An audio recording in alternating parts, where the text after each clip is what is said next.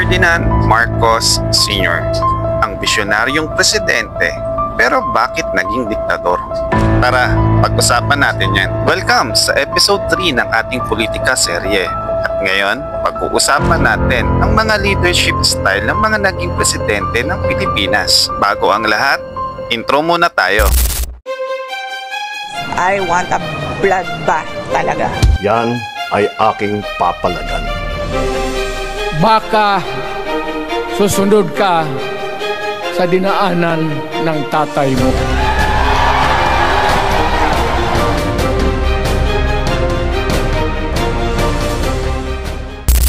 Pinakamatagal na naging Pangulo ng Pilipinas, matalino, mahusay magsalita at may pangarap sa bayan.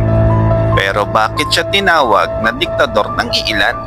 Ito ang leadership style ni former President Ferdinand Marcos Sr.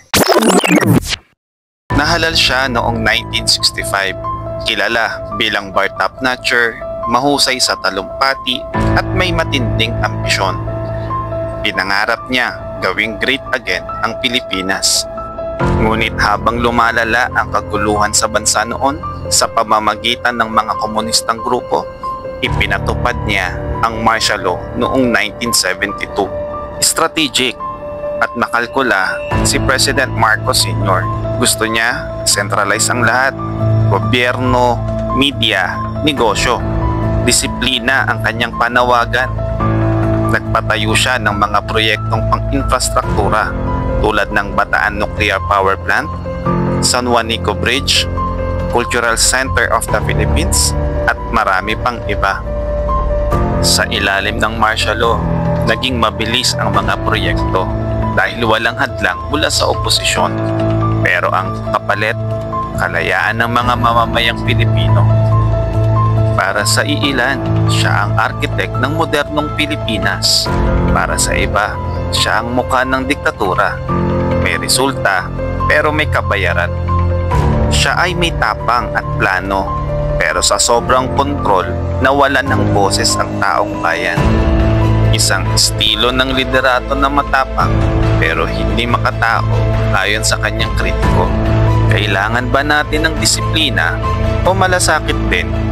Yan ang bagay na hindi nakita noon pero naramdaman sa panahon ni Pangulong Duterte.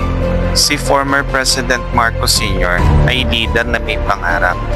Pero minsan ang pangarap nagiging delikado kapag sobra ang kapangyarihan.